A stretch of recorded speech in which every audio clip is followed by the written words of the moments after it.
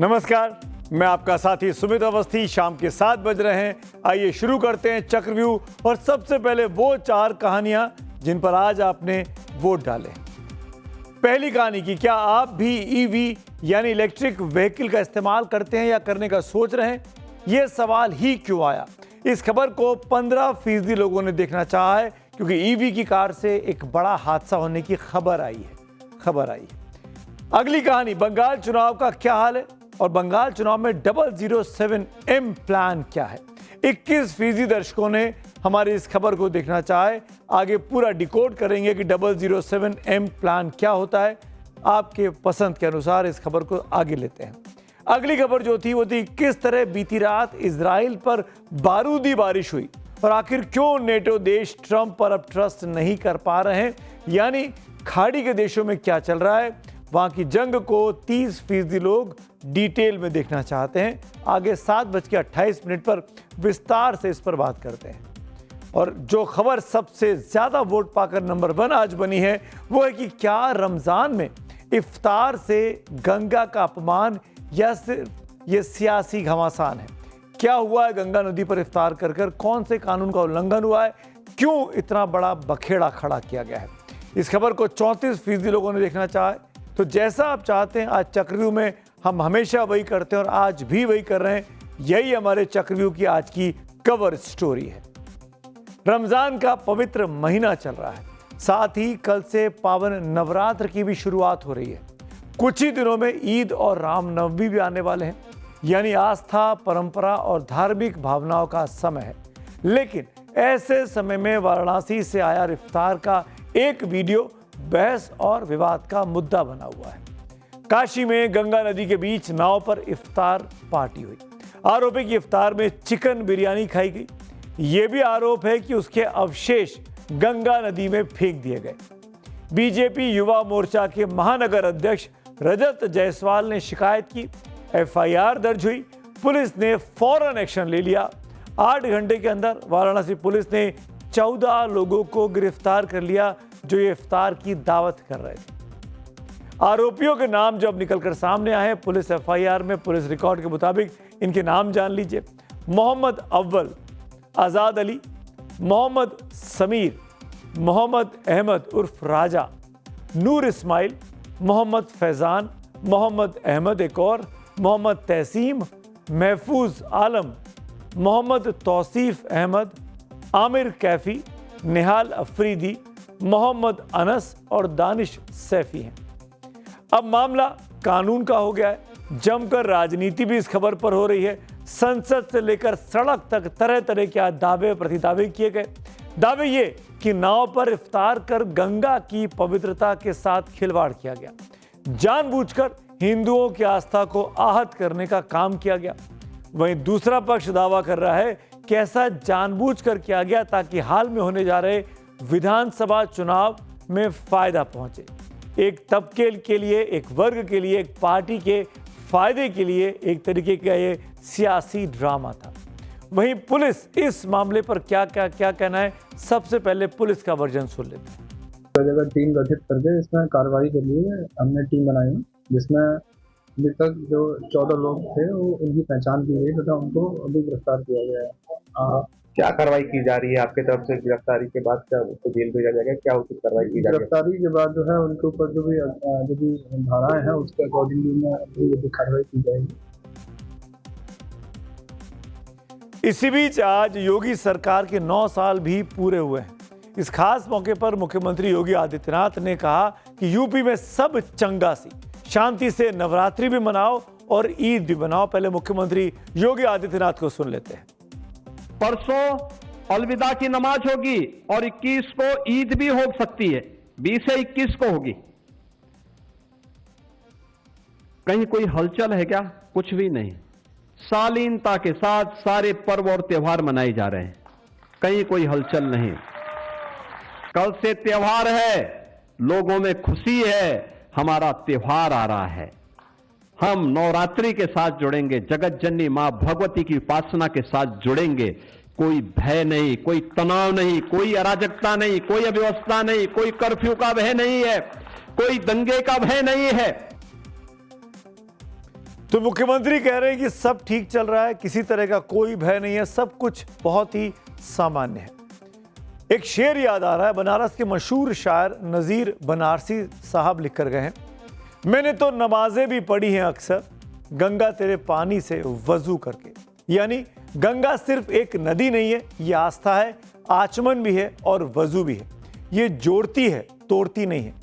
लेकिन बिरयानी विवाद के बाद गंगा अब आस्था से ज्यादा आरोपों का अखाड़ा बनती जा रही है। इस विवाद में कुछ बुनियादी सवाल खड़े हुए हैं जिन पर अब ठंडे दिमाग से बात जरूर होनी चाहिए। आपने बहुत ही उग्र रिपोर्टिंग, बहुत ही उग्र तमाम चीजें देखी होंगी सोशल मीडिया पर, लेकिन कुछ बातें ठंडे दिमाग से होनी चाहिए ताकि पता चले कि ये सब क्यों हो रहा है। तो सवाल ये है कि क्या क्या गंगा में नाव पर नॉनवेज खाना कानूनन अपराध है? जवाब है, कानून की नजर में सीधे सीधे नॉनवेज खाना कोई अपराध नहीं है। काशी में गंगा के घाटों पर रोज हजारों नावें चलती हैं। पर्यटन विभाग के आंकड़ों के मुताबिक वाराणसी में हर दिन औसतन 20 से 30 हजार पर्यटक गंगा में नाव की सवारी करते हैं। अगर कोई शख्स नाव किराए पर लेकर गंगा में सैर करता है या गंगा में विचरण करता है और कुछ खाद्य पदार्थ का सेवन जो अपने साथ आया गया है उसका सेवन करता है, वो वेज है या नॉन वेज है ये किसी को नहीं पता, वो कुछ भी खा पी सकता है जो कि कानूनी है, तो ये इसमें कुछ भी काम गैर कानूनी नहीं कहा जा सकता।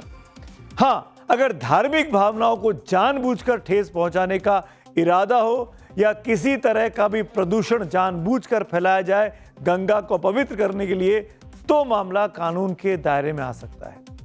इफ्तारी विवाद में भी वही हुआ है। इस मामले में धार्मिक भावनाओं को ठेस पहुंचाने का यह आरोप लगा है।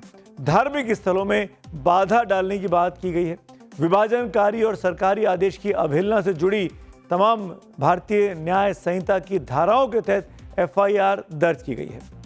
इसके साथ ही इस मामले में जल प्रदूषण का निवारण और नियंत्रण अधिनियम 1974 की धारा 24 को भी एक जोड़ा गया है। फल खाकर रोजा खोला, फिर वो बिरयानी खाते दिखाई दिए। लेकिन वायरल वीडियो जो आया सामने उसमें अवशेष इस बिरयानी के गंगा नदी में फेंकते हुए कोई तस्वीर नहीं है। मेरी टीम ने कई बार इस विजुअल को देखा, जानने की कोशिश की कि जो विजुअल सामने आया है क्या इसमें ऐसा कोई भी तस्वीर है, कोई भी एक फ्रेम भी है जहां कुछ खाने के बाद बची हुई चीज़ों को गंगा में फेंका गया हो। हमको वो विजुअल नहीं दिखाई दिया, वो विजुअल वायरल नहीं दिखाई देता है। इसी की अब पुलिस जांच कर रही है। पुलिस की जांच ही असली जांच मानी जानी चाहिए।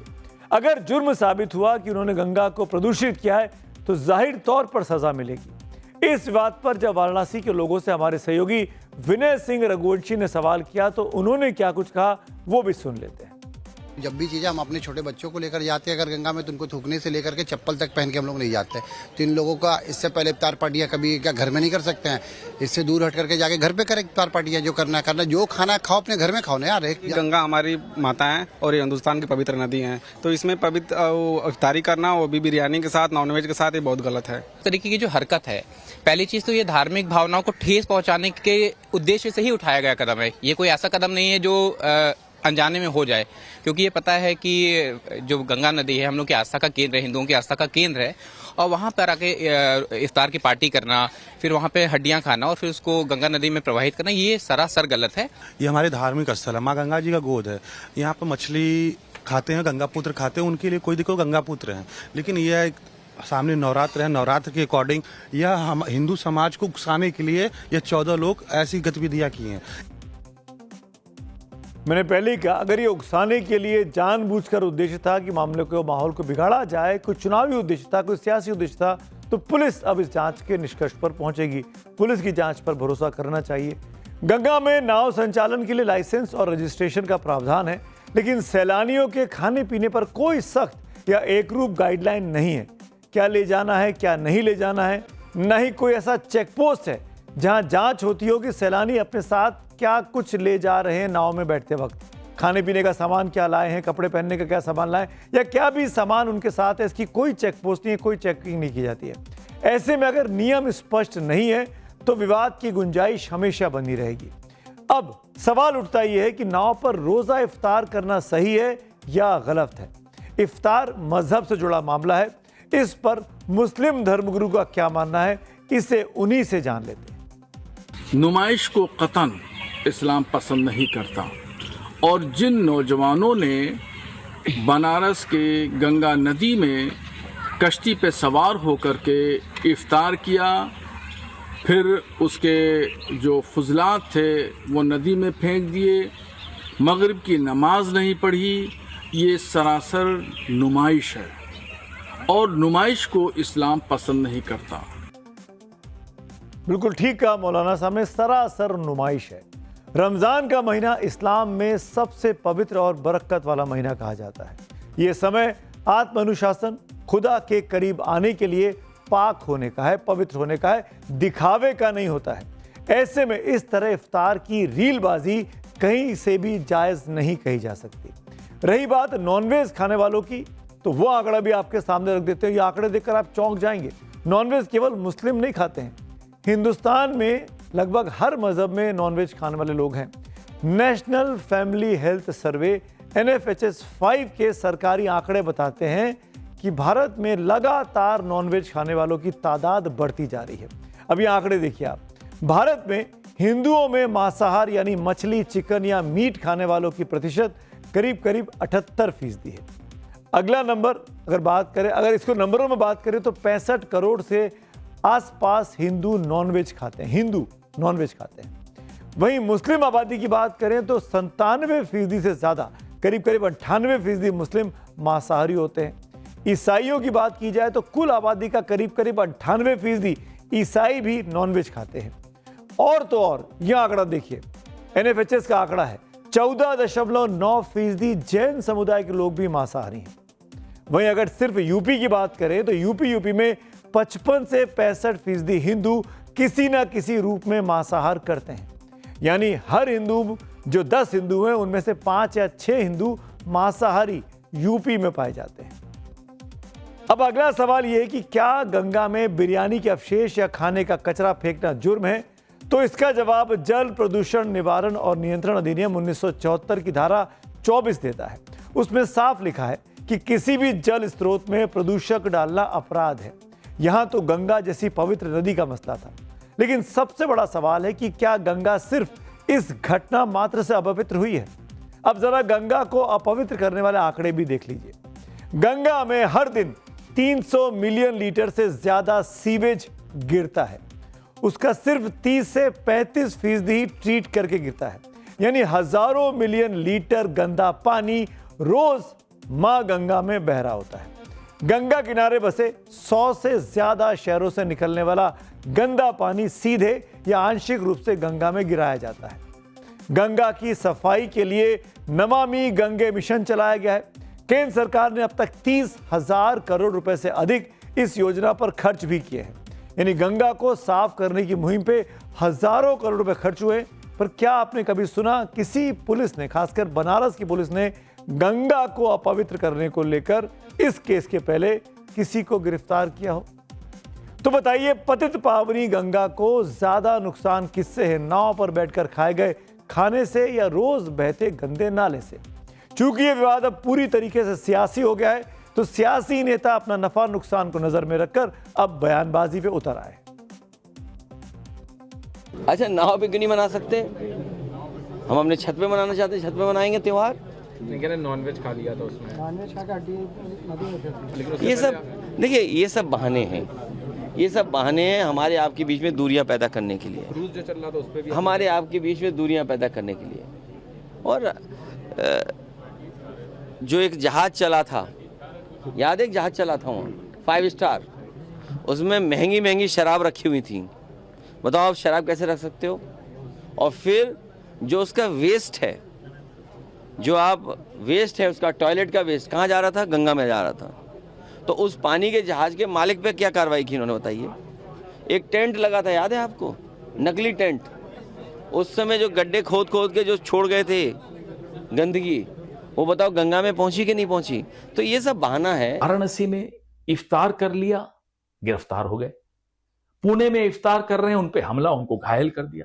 मधुबनी में, बिहार में एक रोजेदार महिला को पेशाब पिलाया और उसके बाद उसको इतना मारा कि उसकी मौत हो गई। ये क्या माहौल है? ये तो हमें लग रहा है कोई भी सुनेगा, किसी धर्म का व्यक्ति हो, समझ जाएगा कि ये उचित नहीं है। जिस चीज के लिए जो चीज निर्धारित की जाती है, जो जगह निर्धारित की जाती है, वहीं पे वो चीज होनी चाहिए, तो कहीं पर से उचित नहीं है। दरअसल मां गंगा करोड़ों लोगों की आस्था का केंद्र है, और गंगा ही क्यों, हर नदी हजारों लाखों लोगों के जीवन यापन का केंद्र होती है। दुनिया भर में तमाम सभ्यताएं नदी के किनारे ही पली बसी हैं और सालों साल से चली आ रही हैं। नदी जीवन का सबसे बड़ा स्रोत है, और उस नदी के साथ साथ तमाम काम धंधे व्यापार भी चलते हैं, और उसमें हर तरह के लोग रहते हैं। तो नदी पे हर समाज का हर अधिकार होता है। सब व्यक्ति के लिए नदी बराबरी का काम करती है, सबको जीवन देती है, लेकिन उस नदी को साफ सुथरा बनाए रखना ये भी जरूरी है।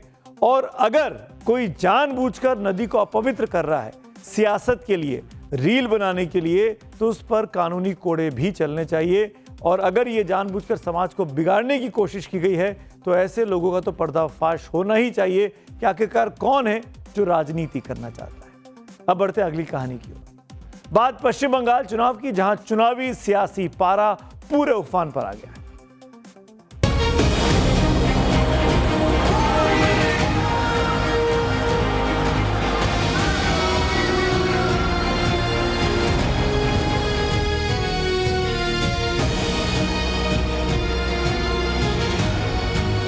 बंगाल के मन में क्या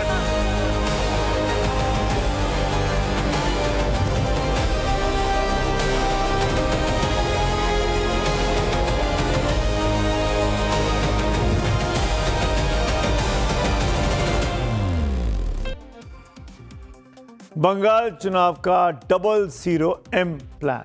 कोलकाता में आज 33 डिग्री तापमान रिकॉर्ड किया गया, लेकिन सियासी तपिश इससे कहीं ज्यादा महसूस की जा रही है। बीजेपी हो या टीएमसी या फिर बाबरी वाले हुमायूं कबीर, हर कोई जीत का परचम लहराने के लिए जी तोड़ मेहनत कर रहा है।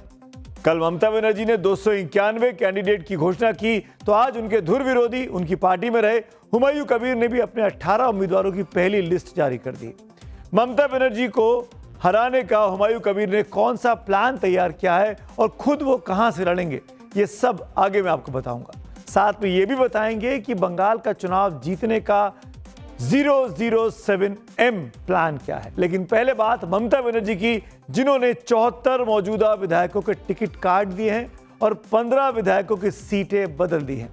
दीदी के इस फॉर्मूले को 15 साल की एंटी इनकम्बेंसी यानी लोगों की नाराजगी दूर करने का मास्टर स्ट्रोक कहा गया है। हालांकि इस फॉर्मूले को अभी तक बीजेपी ज्यादा आजमाती आई है, लेकिन इस बार ममता ने भी बड़ा दांव चल दिया है। हाँ, बहुत अच्छा लिस्ट निकला है। ममता बनर्जी खुद अनाउंस किए हैं और ये हमें 2/3 मेजोरिटी तक ले जाएगा। बीजेपी कुछ कहता है उसको कोई महत्व नहीं है, क्योंकि बीजेपी तो हार चुका है, अभी कोई उसको संभावना नहीं। बीजेपी के जितने मौजूदा विधायक पश्चिम बंगाल में नहीं है, उससे ज्यादा विधायकों के टिकट ममता बनर्जी काट चुकी है। बीजेपी के मौजूदा विधायकों की संख्या 64 है, जबकि दीदी ने 74 विधायकों के टिकट काटे हैं। इन आंकड़ों से साफ है कि ममता बनर्जी लोगों की नाराजगी की नब्ज टटोल चुकी है। बीजेपी ममता की इसी सियासी ताकत को जानती है, इसीलिए दूसरी लिस्ट को सारे गुणाभाग की कटौती पर कसकर तैयार किया जा रहा है। बीजेपी की अब तक पहली ही लिस्ट आई है, जिसमें 144 उम्मीदवारों को मैदान में उतारा गया है। बीजेपी की लिस्ट में अब तक सबसे बड़ा नाम शुभेंदु अधिकारी का है, जिन्हें नंदीग्राम से और भवानीपुर से मैदान में उतारा गया है। भवानीपुर में शुभेंदु अधिकारी का मुकाबला खुद ममता बनर्जी से होगा। ममता बनर्जी ने भवानीपुर से ही चुनाव लड़ने का ऐलान किया है, वो एकमात्र सीट से चुनाव लड़ रही हैं। 2021 में ममता बनर्जी नंदीग्राम में शुभेंदु अधिकारी से चुनाव हार चुकी हैं, जिसके बाद उपचुनावों में ममता भवानीपुर में गई और वहां से चुनाव लड़कर जीतकर विधानसभा पहुंची। अब सवाल यह है कि क्या शुभेंदु अधिकारी भवानीपुर में भी वही कमाल कर पाएंगे जैसा कि उन्होंने 2021 के विधानसभा चुनावों में नंदीग्राम में किया था, क्योंकि शुभेंदु तो ममता दीदी को घेरना चाहते हैं। दोनों सीटों पे चुनाव एक साथ लड़ रहे हैं। बीजेपी नंदीग्राम से ममता बनर्जी के खड़े नहीं होने को भवानीपुर में शुभेंदु की जीत से जोड़कर देख रही है। कहा गया ममता बनर्जी जो अपने आप को बेटी बोला करते थे, हम नंदीग्राम की बेटी है, हम नंदीग्राम को इतना प्यार करते हैं, उसको छोड़ेंगे नहीं। क्यों चली गई नंदीग्राम से? एक बड़ा कोई आला नेता भी नहीं है शुभेंदु का खिलाफ नंदीग्राम में। और भवानीपुर का जो दीवार में जो लिखा गया वही निश्चित हो गया, 25,000 का मार्जिन से शुभेंदु अधिकारी वहां जीतेंगे। अरे बेलाघाटा क्या टीएमसी के सीट है, पूरा बांग्ला टीएमसी का है, पूरा बांग्ला दीदी का है। और इस बार भी दीदी 250 प्लस सीट लेकर नवान्न में वापस आने वाली है। नंदीग्राम में हारे हैं ममता बनर्जी पिछली बार, तो इस बार नंदीग्राम में खड़े होने की हिम्मत नहीं हुई। भवानीपुर में है, भवानीपुर में भी हारेंगे, क्या है। शुभेंदु दा ने एक बार हराया है, बीजेपी ने एक बार हराया है, तो दूसरी बार हारेगी। और ममता बनर्जी की इस हार के साथ उनकी पॉलिटिकल जर्नी जो है उसका फेयरवेल होगा, हम फेयरवेल देंगे बहुत बढ़िया से। ममता बनर्जी को घेरने के लिए कुछ साल पहले बीजेपी ने शुभेंदु अधिकारी, जो उनके सबसे करीबी हुआ करते थे, उनको तोड़कर पार्टी में लाए और ममता बनर्जी को सियासी तौर पर कमजोर किया। बीजेपी ने भवानीपुर में ममता को घेरने का जो चक्रव्यूह तैयार किया, तो दूसरी तरफ टीएमसी ने भी वही रणनीति शुभेंदु अधिकारी के साथ अपनाने का कोशिश की है। नंदीग्राम में शुभेंदु के जो सबसे करीबी शख्स थे राजनीतिक तौर पर, पवित्र कर साहब, ये उनकी तस्वीर है। शुभेंदु का सारा काम ये देख रहे थे पवित्र कर, इनको टीएमसी ने तोड़ लिया है। अब ये टीएमसी की तरफ से शुभेंदु के खिलाफ चुनावी मैदान में उतर गए हैं। पवित्र कर को शुभेंदु अधिकारी का बेहद करीबी और भरोसेमंद सहयोगी माना जाता है। 2020 में टीएमसी छोड़कर उन्होंने बीजेपी का दामन थामा था जब शुभेंदु अधिकारी बीजेपी आए थे। 2021 के चुनाव में नंदीग्राम से शुभेंदु अधिकारी की जीत में इन्हीं पवित्र कर ने अहम भूमिका निभाई थी, यानी इनकी भूमिका के कारण तब ममता बनर्जी हार गई थी। लेकिन आज ये ममता के साथ है। लेकिन चुनाव घोषणा के ठीक पहले 17 मार्च को पवित्र ने अभिषेक बनर्जी की मौजूदगी में अपनी टीएमसी में वापसी कर ली, जिसको घर वापसी कह रहे हैं। अब नंदीग्राम एक बार फिर हाई वोल्टेज चुनावी जंग का सेंट्रल पॉइंट बन गया है। ममता बनर्जी के सामने सिर्फ बीजेपी ही चुनौती नहीं है, बाबरी वाले हुमायूं कबीर भी उनके सामने सियासी दीवार बनकर खड़े हैं। हुमायूं कबीर ने आज 18 उम्मीदवारों की अपनी पार्टी के नामों का ऐलान कर दिया। मैं चाहते जो शुभेंदु अधिकारी नंदीग्राम और भवानीपुर लड़ते हैं, मैं जेओपी का चेयरमैन होके 70 रेजीनगर और 74 नौदा कर रहा है, तो भवानीपुर में देखिए ममता बनर्जी को फिर एक सीट चूज करना चाहिए, नहीं तो हार जाएगी तो फिर बेचारा क्या होगी। ममता बनर्जी की बड़ी चिंता है हुमायूं कबीर को, अभी भी कह रही है कि एक और सीट चुन लेनी चाहिए। टीएमसी से निष्कासित होने के बाद हुमायूं कबीर ने खुद जनता उन्नयन पार्टी बनाई है और अब मुर्शिदाबाद की रेजीनगर और नोवाला से चुनाव लड़ने का ऐलान किया है। टीएमसी ने यहां से मौजूदा विधायक रबीउल आलम का टिकट काटकर अतउर रहमान को उतार दिया है। नोवाला में हुमायूं कबीर का मुकाबला शाहीना मुमताज से होगा, जिन्हें टीएमसी ने टिकट दिया है। यानी यहां पर भी हुमायूं कबीर को घेरने की कोशिश में ममता दीदी लग गई है। हुमायूं कबीर 2021 में मुर्शिदाबाद की भरतपुर विधानसभा सीट से टीएमसी के विधायक बने थे। हुमायूं कबीर बेलडांगा में बाबरी मस्जिद बनवा रहे हैं, जो भरतपुर विधानसभा में ही आती है, जहां से टीएमसी ने मुस्तफिजुर रहमान को मैदान में उतारा है। और बीजेपी और हुमायूं कबीर की पार्टी जनता उन्नयन पार्टी ने अभी यहां से अपने प्रत्याशी की घोषणा नहीं की है। अब हम आपको समझाते हैं कि बंगाल चुनाव का 007M वाला प्लान क्या है, ये खेल क्या है। एक ऐसा खेल जिसे हर राजनीतिक दल अपनी तरह से खेल रहा है। इसमें एक M है मां, दूसरा माटी, तीसरा मानुष। ये तीनों भावुक पहचान वाले मुद्दे ममता बनर्जी के एजेंडे में सबसे ऊपर रहते हैं। चौथा मजहब है, जिसमें मंदिर मस्जिद वाली राजनीति चल रही है। ममता ने पुजारियों और मुअज्जिनों की तनख्वाहें ठीक चुनावी घोषणा के पहले बढ़ा दी, तो हुमायूं कबीर बाबरी मस्जिद बनवा रहे हैं। पांचवा M है मतुआ समुदाय, जो बंगाल की एक अहम दलित समाज है। छठा ममता यानी ममता बनर्जी, जो जीत की हैट्रिक लगाकर अपना लोहा मनवा चुकी हैं और चौके की इस बार उम्मीद कर रही हैं। और सातवां M मोदी यानी प्रधानमंत्री नरेंद्र मोदी, जिनके नाम पर बीजेपी बंगाल की अपनी निर्णायक लड़ाई लड़ने गई है। तो ये है बंगाल का 007M प्लान। और अब बात करते हैं आज की अगली कहानी की। बात देश के 3 शहरों में हुए भयानक अग्निकांड की, जिसमें लोगों को बचने का मौका भी नहीं मिल पाया। ये देश के हर परिवार को सावधान करने वाली खबर है। आपकी स्क्रीन पर आग की घटना की 3 तस्वीरें चल रही हैं। तीनों अलग अलग शहर हैं। पहली तस्वीर इंदौर की है, जहां घर के बाहर खड़ी एक इलेक्ट्रिक कार में चार्जिंग के दौरान आग लग गई। बताया जा रहा है कि कार बैटरी चार्जिंग के दौरान शॉर्ट सर्किट हुआ, जिसकी चिंगारी से जो आग लगी वो बहुत तेजी से पूरे घर में फैली और सो रहे 8 लोगों को ली गई। दूसरी तस्वीर दिल्ली के पालम इलाके की है, जहां शॉर्ट सर्किट की ही वजह से 5 मंजिला इमारत धू धू कर जलने लगी। इस अग्निकांड में 9 लोग मारे गए और मैं आपके पीछे अब दिखाना चाहूँगा इस बड़ी वॉल पे 3 तस्वीरें। इंदौर में 8 मौतें हुई, दिल्ली में 9 मौतें हुई और ये तीसरी तस्वीर तो चंडीगढ़ की है, एक और देश की बड़ा शहर, विकसित शहर, जाना माना शहर। इसमें भी सेक्टर 22 के एक मार्केट में, मोबाइल मार्केट में भीषण आग लगी। इसमें कई दुकानें आग की चपेट में आ गईं। यहाँ केवल गनीमत ये रही कि आग क्योंकि सुबह सुबह लगी थी, दुकानें बंद थी, तो कोई जान का नुकसान नहीं हुआ, लेकिन माल का बहुत नुकसान हुआ है।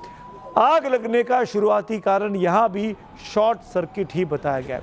यानी तीनों की घटनाएं जो है अग्निकांड की, वो शुरुआती तौर पर शॉर्ट सर्किट ही इसकी वजह बताई जा रही है। आज इंदौर शहर में सुबह की शुरुआत एक दिल दहला देने वाली खबर से हुई, जहां एक घर में लगी भीषण आग लगने की वजह से 8 लोगों की मौत हो गई। इनमें 12 साल और 8 साल के 2 बच्चे भी शामिल हैं। ये घटना इंदौर के ग्रेटर ब्रजेश्वरी कॉलोनी की है, जहां इस घर के बाहर चार्जिंग पर लगी इलेक्ट्रिक कार में शॉर्ट सर्किट हुआ। इससे कार में आग लग गई, जो कुछ देर बाद ये आग घर के अंदर पहुंची, जिसने पूरे घर को अपनी चपेट में ले लिया। ये वो ईवी कार है आपके सामने, इलेक्ट्रिक व्हीकल, जिसको रात में चार्जिंग पर लगा दिया था कार मालिक ने, जिसकी स्विच में शॉर्ट सर्किट हुआ और उससे आग भड़की। यह आग इतनी भीषण थी कि परिवार वालों को बचने का मौका तक नहीं मिल पाया। आग देखकर अड़ोस पड़ोस के लोगों ने घर के अंदर फंसे लोगों को बचाने की कोशिश भी की, लेकिन बहुत देर हो चुकी। इस हादसे में शहर के एक बड़े कारोबारी मनोज पुगलिया, उनकी बहू सिमरन सहित कुल 8 लोगों की जलकर मौत हो गई, जबकि 3 लोग गंभीर रूप से इसमें झुलस गए हैं, जिनकी हालत नाजुक बताई जा रही है। आगे बढ़ने से पहले आपको उस जगह लेकर चलते हैं जहां पर यह हादसा हुआ। कुछ देर बाद अपने रिपोर्टर का जो वहां से रिपोर्ट आई है वो भी हम आपको आगे सुनवाएं। आइए सुनते हैं रिपोर्टर को, देखते हैं हाँ उसने क्या देखा। ये वही घर है जिसमें आग लगी है। आपको नज़दीक से अगर हम दिखाने की कोशिश करें तो आप सबसे पहले देखिए कि ये जो गाड़ी है, इसी गाड़ी से जो है आग शुरू हुई थी। ये जो ईवी चार्जिंग पॉइंट जो है, आपको सॉकेट नज़र आएगा, तार जो हैं बिजली के जले हुए पड़े हैं और यहाँ पर आग जो है बहुत तेज़ी से फैली है। अग्निकांड जो है अपनी गवाही खुद दे रहा है किस तरह से यहाँ पर आग फैली। और अब आपको इंदौर हादसे की एक खौफनाक तस्वीर और दिखाता हूं। पुलिस के मुताबिक घर के अंदर रखे सिलेंडरों की वजह से इस आग ने विकराल रूप ले लिया। आग की वजह से बाथरूम में गैस गीजर के लिए और घर के दूसरे हिस्सों में रखे सिलेंडरों में ब्लास्ट होने लगे। मोहल्ले के मौजूद लोगों ने ब्लास्ट की आवाज़ें सुनी हैं। एक ब्लास्ट तो फायर ब्रिगेड के आग बुझाने के दौरान ही हो गया। सिलेंडर का ब्लास्ट इतना तेज था कि मकान का एक हिस्सा गिर गया। ये वीडियो इस घर के सामने रहने वाले एक व्यक्ति ने अपने मोबाइल से बनाया। आप भी देखिए और समझिए कि आग के दौरान घर में रखे ये गैस सिलेंडर कितने बड़े हादसे का कारण बन सकते हैं।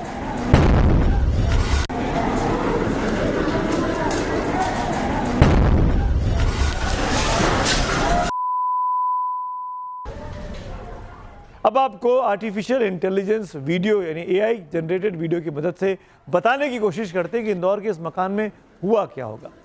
इस घटना या दुर्घटना की शुरुआत कल रात उस समय हो गई थी जब परिवार के लोगों ने अपनी इलेक्ट्रिक कार सोने से पहले चार्जिंग पर लगा दी थी।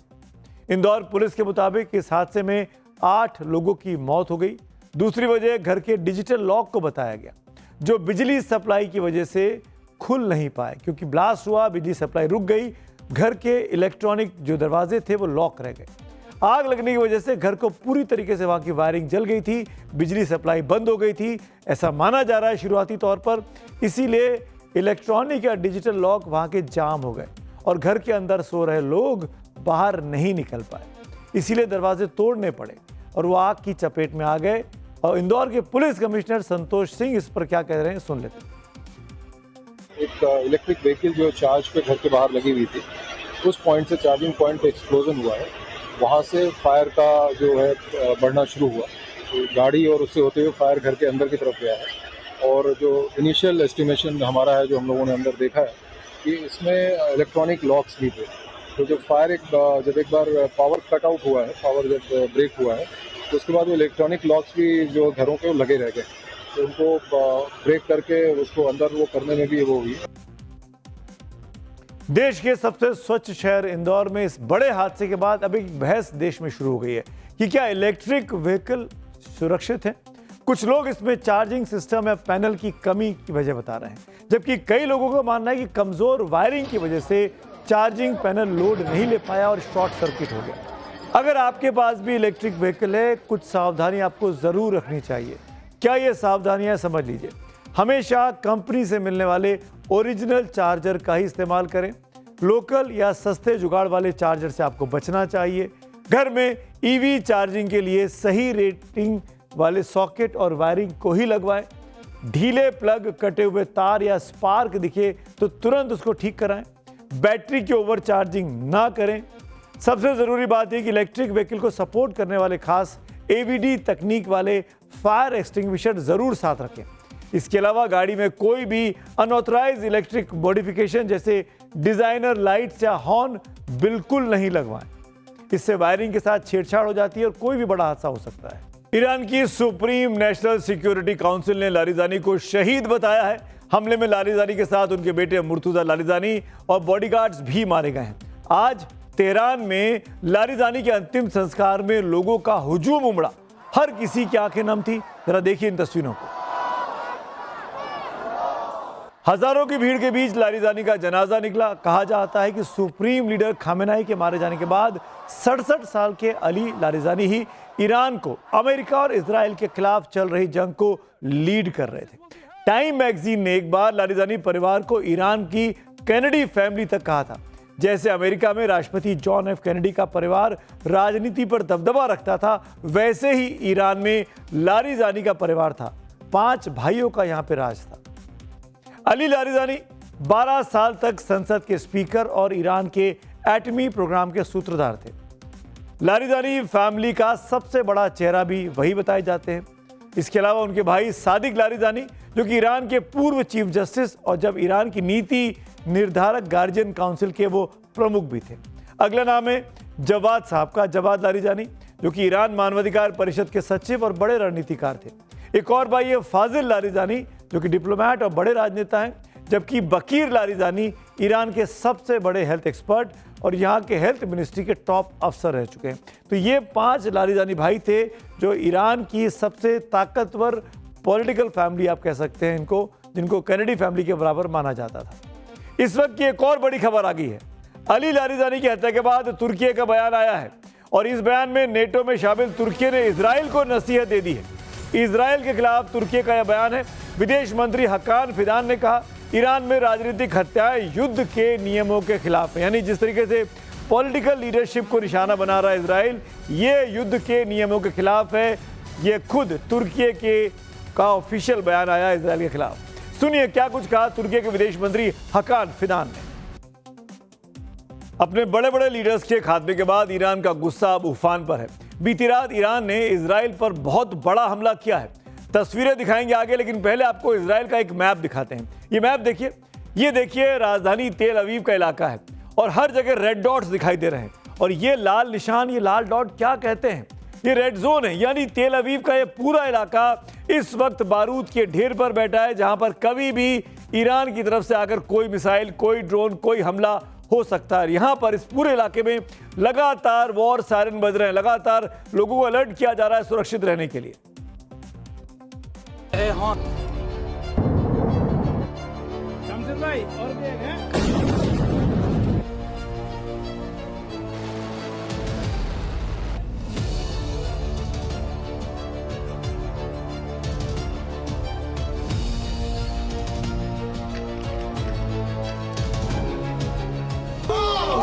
मिडिल ईस्ट में जारी महाजंग दहक उठी है।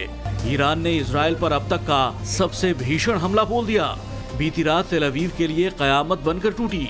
एक साथ 100 से ज्यादा ठिकानों पर ईरान की मिसाइलों और ड्रोन्स ने आसमान को चीर दिया। दावा है कि अली लारिजानी और कमांडर गुलाम रेजा सुलेमानी की मौत का ये इंतकाम है। मंजर दिल दहला देने वाला है। तेल अवीव की हाई राइज इमारतों के ऊपर एक के बाद एक महाविस्फोट हो रहे हैं। ईरान के रिवॉल्यूशनरी गार्ड्स यानी IRGC ने हमले की 61वीं लहर का दावा किया। हमला इतना भीषण था कि इजराइल का अभेद्य कहा जाने वाला सुरक्षा कवच आयरन डोम भी बीती रात जवाब दे गया।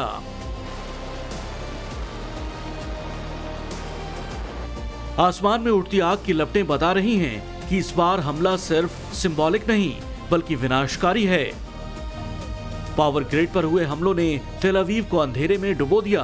सड़कों पर सिर्फ जलती हुई कारें और मलबों की रोशनी दिख रही है।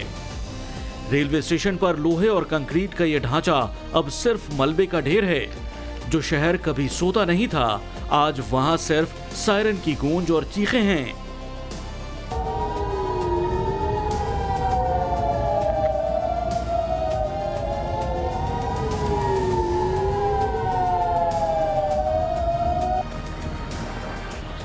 IRGC ने चेतावनी दी है कि अगर जवाबी कार्रवाई हुई तो इजराइल का नक्शा बदल दिया जाएगा।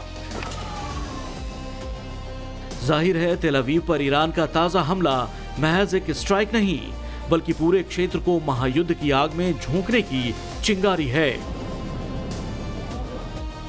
क्या बेंजामिन नेतन्याहू इस हमले का जवाब परमाणु विकल्प से देंगे या फिर ये जंग पूरी दुनिया को अपनी चपेट में ले लेगी? तेल अवीव के पास एक शहर है रमतगढ़ इजराइल में, और यहाँ पर हमारे सहयोगी मयंक सिंह मौजूद है, टाइम्स नाउ भारत के सहयोगी। वहां पर भी एक बड़ा हमला हुआ है, क्या देखा मयंक ने, ये सुनते हैं।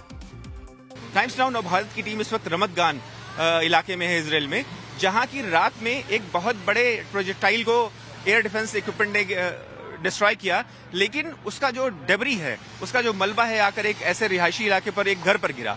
आप देख सकते हैं जो बालकनी वो पील आउट हो गई है, बिखर कर बाहर आ गई, और जिसका पूरा मलबा नीचे गिरा हुआ था। और इसमें एक हादसा हुआ जिसमें कि 2 बुजुर्ग व्यक्ति जिनकी उम्र लगभग 70 साल थी, उनकी मृत्यु हो गई है। और जब हम यहाँ पहुंचे तो एडमिनिस्ट्रेशन के लोगों ने इस पूरे इलाके को चारों ओर से घेर लिया था, और अभी बहुत सारे यूनिफॉर्म्स के लोगों को भी इस इलाके में बुलाया गया है, और जो कि करीब 10 मिनट पहले यहाँ सारे आए हैं। और उसी अभी और आगे आप देखेंगे कि एडमिनिस्ट्रेशन का जो लोग हैं वो इस इलाके से टेलटेल साइन को भी हटा रहे हैं। और कार पे आप देखें तो जो शीशा जिस तरह से बिखरा हुआ है और आप देख सकते हैं वो टूटा हुआ है। हम क्यों कह रहे हैं कि 19वें दिन लड़ाई बहुत ज्यादा भयंकर हो चुकी है। ईरान ने हमला किया तेल अवीव पर, तो उधर इजराइल ने ईरान के दोस्त लेबनान की राजधानी बेरूत पर हमला कर दिया। बड़ी खबर बेरूत से आ रही है। इजराइल ने बेरूत पर 12 घंटे में 50 से ज्यादा हमले किए हैं। इस हमले से बेरूत के कई इलाकों में मलबे का ढेर देखा गया है। एक 22 मंजिला बिल्डिंग मलबे में तब्दील हो गई है। तस्वीरें कैमरे में कैद हुई है, देखिए आप। हमले में 6 से ज्यादा लोगों की मौत की खबर भी है और कई लोग घायल हुए हैं। आपको बता दें कि लेबनान वो देश है जहां पर ईरान की प्रॉक्सी माने जाने वाले हिजबुल्लाह के ठिकाने हैं, लेकिन इजराइल के लेबनान ग्रेटर इजराइल का एक हिस्सा बने, इस प्लान में इजराइल लगा हुआ है। इसीलिए लेबनान में लगातार इजराइल हमले कर रहा है। इजराइल की पैदल सेना भी इस वक्त लेबनान के भीतर मौजूद है। इस बीच एक और ब्रेकिंग न्यूज, एक और बड़ी खबर। स्ट्रेट ऑफ होर्मुज को खोलने के लिए अमेरिका का एक बड़ा एक्शन हुआ है। समंदर किनारे बने ईरानी मिसाइल ठिकानों पर 2200 किलो वजनी खतरनाक बम से अटैक किया गया है। अमेरिकी सेंट्रल कमांड ने कहा कि जिन ठिकानों पर हमले हुए हैं वो अंतर्राष्ट्रीय जहाजों के लिए खतरा बनी हुई थी, इसीलिए उन पर हमला किया गया। 2200 टन का हमला किया गया है अमेरिका के द्वारा स्ट्रेट ऑफ होर्मुज को खोलने के लिए। लगातार वहां पर लड़ाई इंटेंस होती जा रही है। अब कार्यक्रम के आखिर में हम आ चुके हैं। वक्त हो गया रोज की तरह पब्लिक व्यू को दिखाने का, यानी आपकी राय को दिखाने का। संध्या मिश्रा जी जो कि गंगा इफ्तार की वाली खबर पर लिख रही हैं, पोस्ट कर रही हैं, जहां आस्था जुड़ी हो वहां हर कदम सोच समझकर उठाना जरूरी है। धर्म कोई भी हो, गंगा सबकी आस्था है, सम्मान भी उतना ही होना चाहिए। अगला व्यू हिमानी रावत जी का है जो कि लड़ाई पर युद्ध पर लिखती हैं, इजराइल पर बारूदी बारिश से जंग का दायरा और खतरनाक हो रहा है। हर धमाके से सिर्फ इमारत ही नहीं, इंसानियत भी जमींदोज हो रही है। एक और पब्लिक व्यू को जगह आज मिली है। प्रियम श्री लिखते हैं, वाराणसी की तस्वीरें बता रही हैं कि इरादा चाहे जो हो, तरीका सवालों में है। पवित्रता सिर्फ भावना नहीं, व्यवहार से भी दिखती है। साफ तौर पर जो कुछ हुआ उसको गंगा के तट पर उसको कतई भी एक्सेप्टेबल समाज नहीं मान रहा है। तो आज मेरे साथ चक्रव्यूह में इतना ही। कल शाम मुलाकात होगी, तब तक के लिए शुभ रात्रि।